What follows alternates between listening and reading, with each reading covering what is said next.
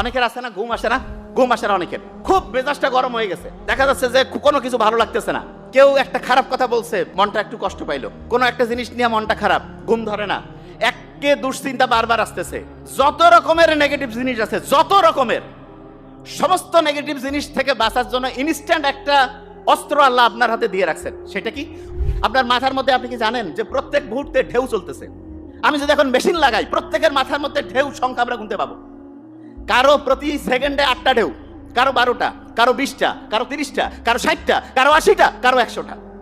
যে কেউ মনে করতেছে মাথার মধ্যে যত বেশি ঢেউ তত বোধহয় ভালো। নো, যত বেশি ঢেউ তার মনে রাখার ক্যাপাসিটি তত কম।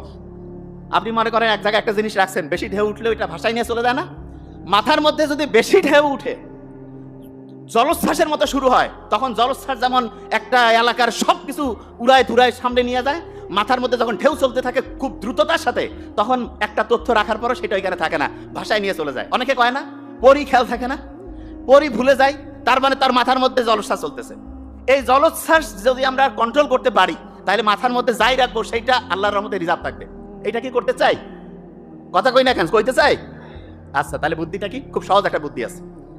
আল্লাহ মানুষকে বানাইছে, আল্লাহ এই জন্য জন্ম থেকে মৃত্যু পর্যন্ত আপনি যাতে আপনার জলোচ্ছ্বাসকে কন্ট্রোল করতে পারেন, এই জন্য আল্লাহ একটা সিস্টেম সেট করে দিয়েছেন। যে কি বলেন? হ্যাঁ, আপনি আপনার সন্তানকে নিয়ে চিন্তা করেন না, আমি মরে গেলেও আমার সন্তান যাতে ভালো থাকে? আল্লাহ তো চিন্তা করছে আমি আমার বান্দাকে তৈরি করলাম, এমন একটা সিস্টেম দিতে হবে যাতে করে যে কোনো সময় যে কোনো পরিস্থিতিতে সে যদি কোনো প্রবলেমের মধ্যে থাকে, কোনো বিপদের মধ্যে থাকে, আশেপাশে কেউ নাই, আমি আল্লাহ আছি। আল্লাহ তো ডাইরেক্ট আসি কবে না যে কি লাগবে বান্দা, আল্লাহ একটা অটোমেটিক একটা মাস্টার চাবি দিয়া দিছে। ওই চাবিটা এত পাওয়ারফুল, যে কোনো বিপদে আপনি একবার চাবিটা খুললেই আপনার বিপদ থেকে মুক্তি দেবে। কি বলতেছেন? হ্যাঁ, মাথার মধ্যে জলস্থা শুরু হয়েছে, চাবিটা এবার খুলবো, খুব সহজ। আচ্ছা, একটা জীবিত লোক, একটা লোক জীবিত, সে মেডিকেলের বেডের মধ্যে আছে, কথা বলতে পারে না, দেখতে পারে না, শুনতে পারে না, কিন্তু তার একটা জিনিস চলমান আছে, সেটার নাম কি? কি নাম? নিঃশ্বাস, শ্বাস প্রশ্বাস চলতেছে না? এরকম কোন লোক আছে নাকি যে ভাই শ্বাস প্রশ্বাস বন্ধ হয়ে গেছে, লোকটা জীবিত আছে নাকি? কেউ আছে?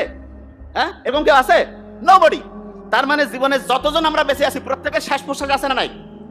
এই শ্বাস প্রশ্বাসের যে কন্ট্রোল, এইটা আল্লাহ আমাদের হাতে দিয়েছে। একটু করি তো আমরা, বুক করে শ্বাস নেই, ব্রেনটা রিল্যাক্সড হয়। বুঝতে পারতেছেন? ব্রেনটা কি হয়? রিল্যাক্সড। ব্রেনটা এখন জলোচ্ছ্বাসটা ঠান্ডা হইলো। এই যে এখন যেই কথাগুলো শুনবেন, একটু আগে যেটা যতটুকু রিজার্ভ হইতো তার চাইতে এখন ভালো হবে।